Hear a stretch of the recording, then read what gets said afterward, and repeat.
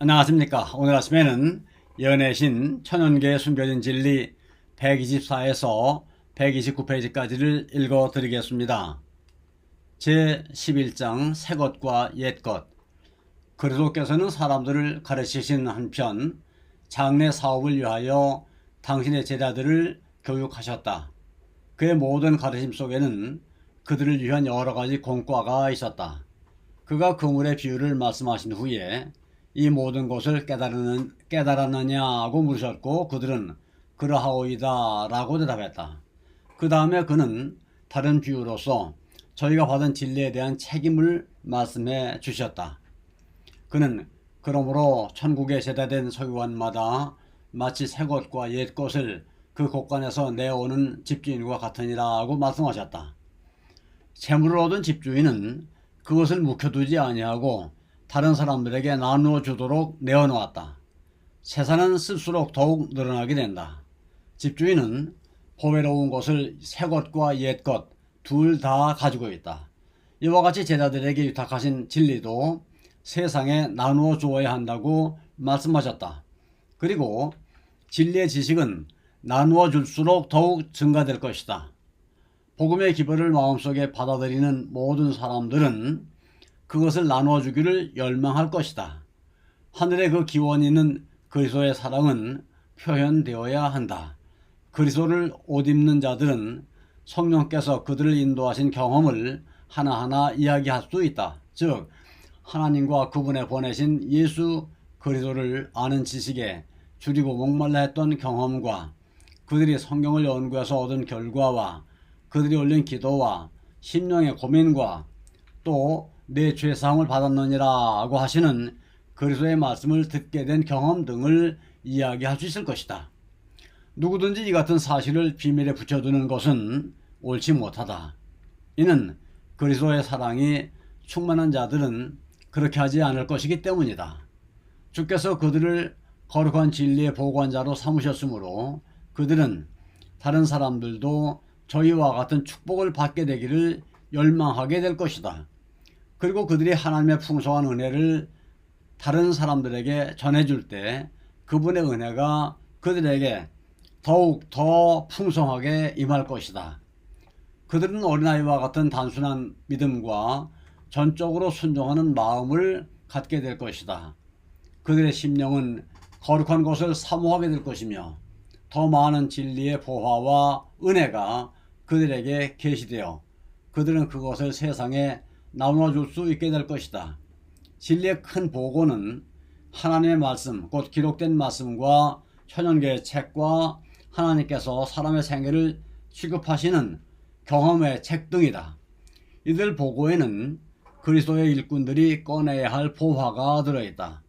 진리를 탐구할 때에 그들은 인간의 지능을 의지하지 말아야 하고 하나님께서 어리석게 보시는 지혜를 가진 위인들도 의뢰하지 말고 오직 하나님만을 의지해야 한다. 주께서는 당신이 정하신 방법을 통해서 당신에 대한 지식을 구하는 모든 사람에게 나누어 주실 것이다. 만일 그리스도를 따르는 자가 그의 말씀을 믿고 그 말씀을 실천할 것 같으면 그가 이해하지 못할 자연과학은 하나도 없을 것이며 그가 다른 사람들에게 진리를 나누어 주는데 방편이 되지 못할 것이 아무것도 없을 것이다. 자연과학은 지식의 보고로서 그리스도의 학교의 모든 학생들이 그곳에서 지식의 보화를 꺼낼 수 있다. 우리가 천연의 미를 명상할 때나 토지를 경작하는 일과 나무의 성장과 땅과 바다와 하늘의 모든 신기한 것들 중에서 그것들이 주는 공과를 연구할 때 우리에게 진리에 대한 새로운 깨달음이 있게 될 것이다. 그리고 하나님께서 사람들을 취급하심에 대한 오묘와 사람들의 생애에 나타난 그의 깊은 지혜와 공의는 보화가 가득 차있는 곳간임이 발견될 것이다. 그러나 하나님에 대한 지식이 타락한 인류에게 가장 명백하게 드러나 있는 곳은 성경이다. 이 성경은 그리스도의 헤아릴 수 없는 보화가 쌓여있는 곳간이다. 하나님의 말씀은 구약과 신약 전부를 포함한다. 이 둘 중 어느 하나만으로는 불완전하다. 그리스도께서는 구약의 진리도 신약의 진리와 똑같이 가치가 있다고 말씀하셨다. 그리스도께서는 오늘날 인류의 구주가 되시는 것처럼 이 세상이 시작될 때에도 인류의 구주이셨다. 그분의 신성이 인성으로 옷 입고 이 땅에 오시기 전부터 복음의 기별은 아담, 셋, 에녹, 무두셀라, 노아로 말미암아 전해져 왔다. 아브라함은 가나안에서, 롯은 소돔에서 복음의 기별을 전했으며 각 시대를 통하여 신실한 주의 사자들이 장차 오실 분을 선포하였다. 유대의 제사제도는 그리스도 자신이 친히 제정하신 것이다. 그분은 그들의 희생제도의 기초가 되시고 모든 종교 예식의 큰 원형이 되신다. 제물을 드릴 때에 흘리는 피는 하나님의 어린 양의 희생을 표상한 것이며 표상적으로 드린 모든 제물은 하나님의 어린 양 자신과 그의 생애 속에서 성취되었다. 제사 제도로 표상되시고 율법과 선지자로 말미암아 족장들에게 나타나신 그리스도는 구약의 보물이셨고 그의 생애와 죽음과 부활을 통해 나타나시고 성령으로 말미암아 보여주신 그리스도는 신약의 보물이시다. 아버지의 영광의 광채이신 그리스도의 주님은, 우리의 주님은 옛것인 동시에 새것도 되신다. 사도들은 선지자들이 예언한 그리스도의 생애와 죽음과 중보를 증거하기 위하여 세상으로 나아갔다. 굴욕을 당하신 그리스도, 순결하고 거룩하시며 비길 데 없는 사랑을 가지신 그리스도는 사도들이 전하는 기별의 주제였다. 그리고 복음을 밝게 나타내기 위해서는 그분의 생애와 교훈에 나타나신 그리스도뿐 아니라 구약 시대의 선지자들이 예언하고 제사제도가 표상했던 그리스도를 전하지 않으면 안 되었다. 그리스도께서는 당신이 친히 제정하시고 족장들과 선지자들을 통하여 말씀하신 옛 진리를 당신의 교훈 속에 제시하셨다. 그러나 지금 그가 새로운 빛을 그 진리에 비추어 주심으로 그 뜻이 얼마나 판이하게 보이는가. 그의 설명에는 빛과 영성이 흘러넘쳤다. 그런 제자들에게 성령께서 그들의 마음을 깨우쳐 주심으로 하나님의 말씀이 항상 그들에게 계시되도록 하시어 그들이 그 진리를 새롭고 아름답게 소개할 수 있도록 하시겠다고 약속하셨다. 최초의 에덴 동산에서 구속의 약속이 발표된 이후로 그리스도의 생애와 품성과 중보 사업은 사람들의 연구 제목이 되어 왔다. 그러나 마음속에 성령의 역사를 받은 사람들은 이 주제를 새롭고 신선한 빛으로 전하였다. 구속의 진리는 끊임없이 발전하고 확산될 가능성을 가지고 있다. 그 진리가 비록 옛 것이긴 하지만 진리를 탐구하는 자들에게는 언제나 새롭게 되어 더욱 큰 영광과 더욱 큰 권능을 계시하여 준다. 각 시대마다 그 시대 사람들에게 전해져야 할 새로운 진리의 계시와 하나님의 기별이 있다. 옛 진리는 모두 다 매우 요긴한 것들이다.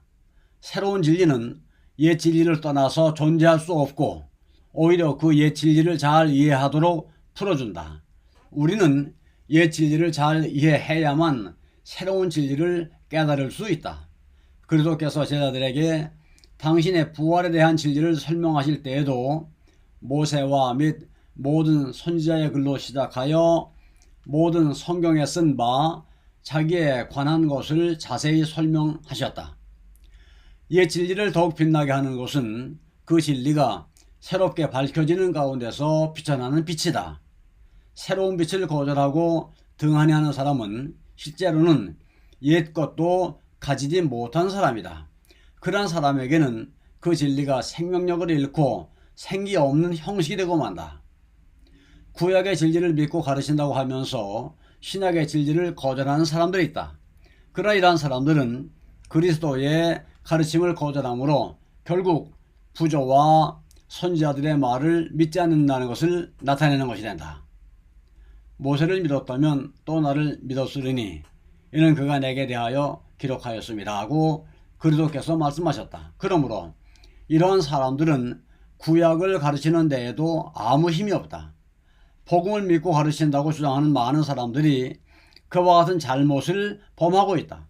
그들은 그리스도께서 이 성경이 곧 내게 대하여 증거하는 것이로다 라고 말씀하신 구약을 배척한다. 그들은 구약을 거절함으로 사실상 신약도 거절하고 있다. 왜냐하면 둘은 전혀 분리할 수 없는 것이기 때문이다. 누구든지 복음이 없이는 하나님의 율법을 올바로 소개할 수 없으며 또한 율법이 없이는 복음을 올바르게 소개할 수 없다. 율법은 구체화된 복음이며 복음은 율법을 펼쳐놓은 것이다. 다시 말하면 율법은 뿌리가 되고 복음은 향기 나는 꽃과 그 꽃이 맺는 열매이다. 구약은 신약의 빛을 비춰주고 신약은 구약의 빛을 비춰준다. 이 둘은 각각 그리스도 안에 있는 하나님의 영광의 계시이다. 이 둘은 다 간절한 마음으로 진리를 찾는 사람들에게 항상 새롭고 깊은 의미를 나타내 보여준다. 그리스도 안에 있는 진리, 그리스도를 통한 진리는 제한이 없다. 성경을 연구하는 사람은 마치 그 깊이를 들여다보면 볼수록 더욱 깊고 넓어지는 샘 속을 들여다보는 것과 같다. 이 세상에서는 우리가 당신의 아들로 우리의 속죄 제물이 되게 하신 하나님의 사랑의 신비를 다 이해하지 못할 것이다. 우리 구주께서 이 땅에 오셔서 하신 일은 현세와 내세에 있어서 우리의 최고의 상상력을 동원해서 생각해야 할 주제가 될 것이다. 사람이 이 신비를 알기 위하여 모든 정신력을 다 쏟는다 할지라도 그것은 단지 그의 정신을 피곤하고 지치게 만들 뿐이며 아무리 열심히 있는 연구가라 할지라도 자기 앞에 펼쳐진 망망한 대해를 바라보는 것과 같을 것이다. 예수 안에 있는 진리를 체험할 수는 있으나 결코 설명할 수는 없다. 우리로서는 그것의 높이와 넓이와 깊이를 알 수 없다. 우리가 우리의 상상력을 다 동원한다 할지라도 하늘같이 높으신 분께서 온 인류에게 당신의 형상을 새겨주시기 위하여 이 땅에 오시기까지 몸을 낮추신 그 사랑을 전혀 설명할 수 없고 다만 그 윤곽만을 희미하게 볼 수 있습니다. 그러나 우리는 우리가 감당할 수 있는 만큼 하나님의 사랑을 깨달을 수 있다. 그것은 겸손하고 통회하는 사람들에게 알려지게 된다. 아멘. 감사합니다. 오늘 아침에는 여기까지를 읽어드렸습니다.